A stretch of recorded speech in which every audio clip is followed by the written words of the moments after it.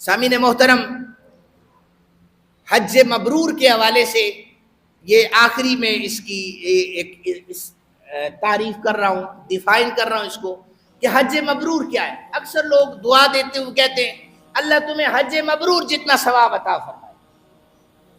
وہ حج مبرور کہتے ہیں ایسا حج جو خالصتاً حلال کمائی سے کیا گیا ہو، خالصتاً حلال کمائی سے کیا گیا ہو، جس میں کسی قسم کی کوئی ریاکاری شامل نہ ہو، جس میں کسی قسم کا کوئی دکھلاوا شامل نہ ہو، اور اس میں کسی قسم کی لاجانی گفتگو نہ ہو، لغویات نہ ہو۔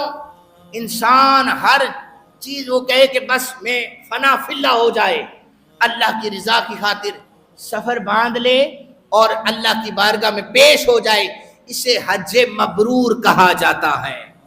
اور اسی حج کے بارے میں نبی علیہ السلام نے ایک حدیث مبارکہ ہے فرمایا کہ جو صبح کے اٹھ کر، جو جوان بیٹھے، جو اولاد بیٹھی ہے، اٹھ کر اپنے والدین کے چہرے کو، والد کے چہرے کو دیکھ کر مسکرائے گا، اللہ اسے بھی حج مبرور جتنا ثواب عطا فرمائے گا۔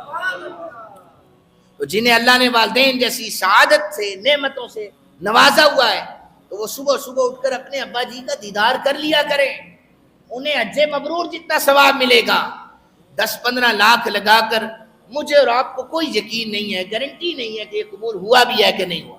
کہیں کسی جگہ پر بشری تقاضوں کے مطابق ہم سے بھول چوک ہو گئی ہو، لاجانی گفتگو ہو گئی ہو، ہمیں تو پتہ نہیں ہے، اللہ اپنی رحمت سے ہی ہمیں قبول کرے گا مہاراج۔ لیکن یہ کتنا آسان نہیں ہے۔ صبح اٹھا، اپنے ابا جی کو سامنے دیکھا، مسکرا کر ابا جی کا دیدار کیا۔